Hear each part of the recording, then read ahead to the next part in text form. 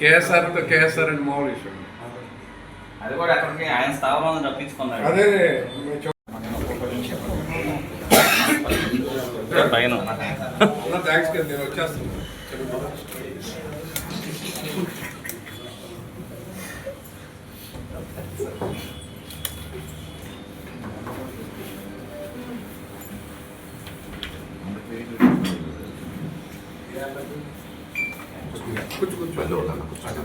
కూర్చో శ్రీనివాస్ గారు young and dynamic. ఆయన యాక్టింగ్ అది సైడ్ వస్తుంది.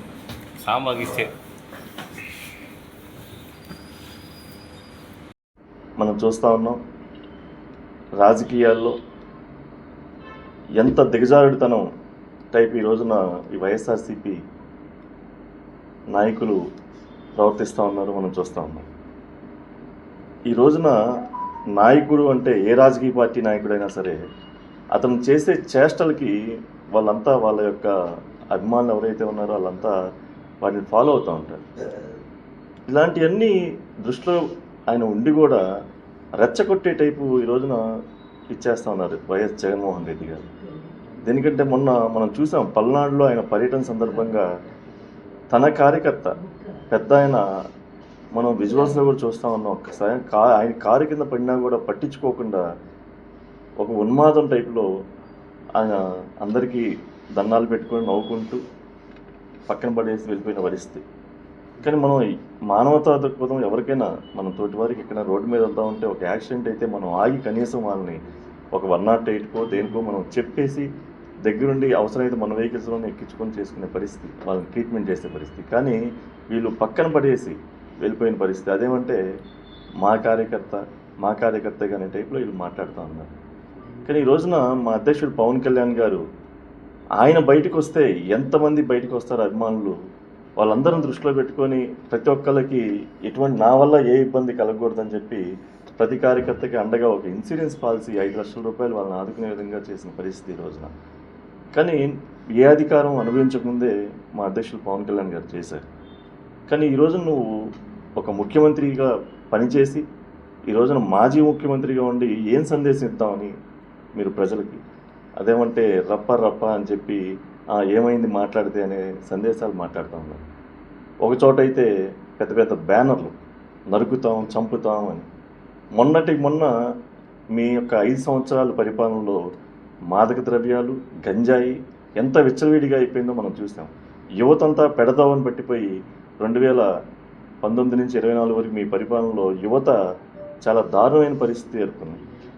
మేము ఎలక్షన్లో కూడా ఒకటే చెప్పాము హామీల్లో, గంజాయి రహిత ఆంధ్రప్రదేశ్గా చేయాలి అని చెప్పి మా అధ్యక్షుడు పవన్ కళ్యాణ్ గారు కానీ, అలాగే మా మంగళగిరి ఎమ్మెల్యే యువనాయకులు శ్రీ నారా లోకేష్ గారు కానీ ఎలక్షన్ ముందల పదే చెప్పారు. యువత యొక్క తల్లిదండ్రులకి వాళ్ళందరికీ కూడా మాట ఇచ్చారు. కానీ అలాంటిది దాన్ని ఉక్కుపాదం మోపే విధంగా తెనాల్లో ఎంత గంజాయి విచ్చలవిడిగా వాళ్ళు చేస్తూ ఉంటే వాళ్ళని అంటే దాని మీద తీసుకున్న చర్యలకి ఆ గంజాయి బ్యాచ్కి మళ్ళీ అండగా మీరు వెళ్ళి మళ్ళీ పరామర్శించడం అసలు ఏంది ఇది? అదే మీరు సత్తెనపల్లి జిల్లా పల్నాడు జిల్లాలో మీ కార్యకర్త బెట్టింగులు యాప్కి బలై బెట్టింగులు మీరు గెలుస్తారని చెప్పి బెట్టింగులు పడి మోసపోయి మీరు ఓడిపోయిన సందర్భంలో బెట్టింగ్లో ఓడిపోయిన సందర్భంగా అతను ఆత్మహత్య చేసుకుంటే అతను ఒక విగ్రహం ఏర్పాటు చేయటం, దాన్ని మీరు ఓపెన్ చేయడానికి వెళ్తాం, ఇవన్నీ అంటే ఏమని సందేశం ఇస్తూ ఉన్నారు అనేది మాకైతే అర్థం కావట్లేదు. ఈ రోజున ఆంధ్ర రాష్ట్ర అభివృద్ధికి మేము కట్టుబడి ఉన్నాం.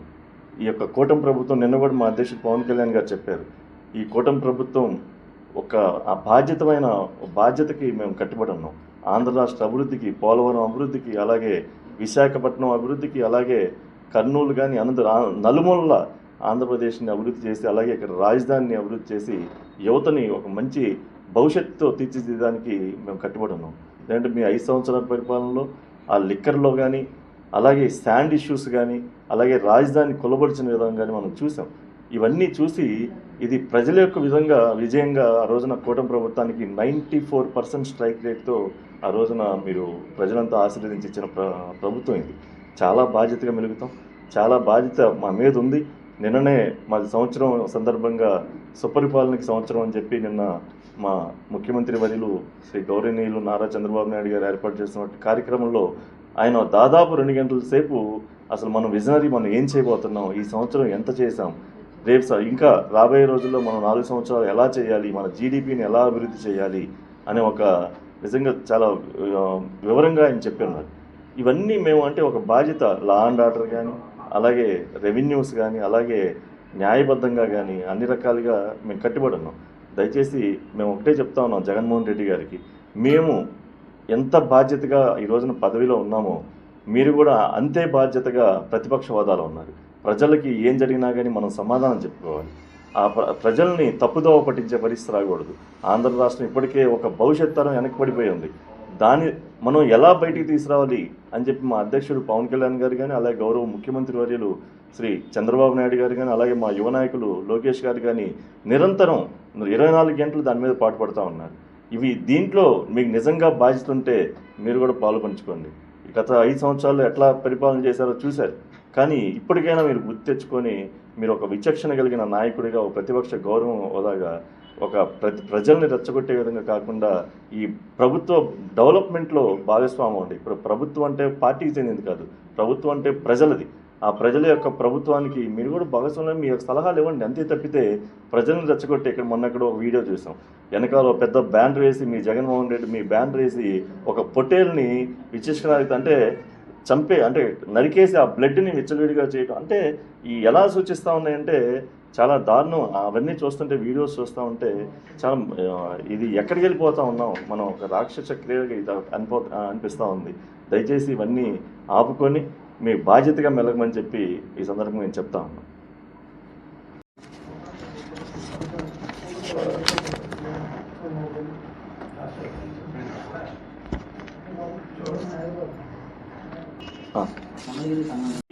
స్టార్ట్ అయిపోయిందండి. ఇప్పుడు ఫైనాన్స్లో కూడా పెట్టాము. ఇప్పుడు కూడా అక్కడికే వెళ్ళాము. ఆల్రెడీ వర్కులు జరుగుతూ ఉన్నాయి. అంటే చెట్లు అన్నీ కూడా అంటే రీప్లాంటేషన్ చేయడానికి చేస్తూ ఉన్నాం. దేనికంటే మంగళగిరిని ఒక హరితవనంలాగా తీర్చిదిద్దడానికి మా ఎమ్మెల్యే గారు లోకేష్ గారు కట్టుబడి ఉన్నారు. అక్కడ ఒక చెట్టు కూడా మనకి అంటే మిస్ కాకూడదని చెప్పి దాన్ని రీప్లాంటేషన్ చేయడానికి కొంచెం సమయం పట్టింది. త్వరలోనే అంటే 1-2 డేస్లో మిగతా ఈ కాంక్రీట్ వర్క్స్ కానీ అవన్నీ స్టార్ట్ అయిపోతూ ఉన్నాయి. మంగళగిరి అంటేనే ఆంధ్ర రాష్ట్రంలో సెంటర్ పాయింట్.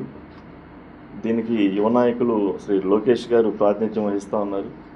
దానికి ప్రత్యేకంగా చెప్పుకోవాల్సిన అవసరం లేదు. ఎందుకంటే ఆయన ఆంధ్రప్రదేశ్ భవిష్యత్తుని, ఆంధ్రప్రదేశ్ అభివృద్ధిని ఆయన మా అధ్యక్షుడు పవన్ కళ్యాణ్ గారు చెప్పినట్లు ఆంధ్రప్రదేశ్ అభివృద్ధిలో చాలా కీలక భూమి పోషించిన వ్యక్తి ఈరోజు లోకేష్ గారు. అలాగే దాంట్లో భాగంగా ఆయన సొంత కాన్స్టిట్యున్సీ మంగళగిరిని ఏ విధంగా డెవలప్ చేస్తారో మనం చెప్పనవసరం లేదు. ఎందుకంటే మొన్నే చూసాం ఇళ్ల పట్టాలు. దాదాపు ప్రతి పేదవానికి సొంతింటి కళ, ఎన్నో దశాబ్దాల కళ ఇళ్ల పట్టాలు రాని. అలాంటిది లోకేష్ గారు వచ్చిన మొదటి సంవత్సరంలోనే దాదాపు మొన్న 3,000 మందికి ఇళ్ల పట్టాలు ఇచ్చారు. దాదాపు మంగళగిరిలో 20,000 మంది అటవీ భూముల్లో కానీ, కొండ ప్రాంతాల్లో కొండ ప్రారంభంలో కానీ, అలాగే మిగతా కొన్ని దేవాలయ భూముల్లో కానీ ఇవన్నీ ఉన్నాయి. అవన్నీ ఎలా షార్ట్ అవుట్ చేయటం అనేది అది నాకు తెలిసి రాష్ట్రంలో ఏ శాసనసభ్యుడు కూడా అలా చేసి ఉంటుంది. ఎందుకంటే మొన్న పంచనీయ చూస్తే సుమారుగా 1,000 కోట్ల రూపాయల ఆస్తి పేదలకు పంచిపెట్టిన పరిస్థితి. నాకు తెలిసి ఏ శాసనసభ్యులు కూడా మన రాష్ట్రంలో చేసి ఉంటారు. మొన్న సరదాగా చెప్తా ఉన్నారు. ఇప్పుడు దీన్ని అంటే లోకేష్ గారు ఎట్లా ఉంటారంటే చాలా బోలా మనిషి. దీన్ని మనం ఆదర్శంగా తీసుకొని మిగతా శాసనసభ్యులు కూడా చేయాలి. మీరు ప్రతి కాన్స్టిట్యున్సీలో ప్రతి పేదవానికి సొంతంటి కళ అవన్నీ మీరు పూర్తి చేయాలని చెప్పి మిగతా శాసనసభ్యులకు చెప్తున్న పరిస్థితి.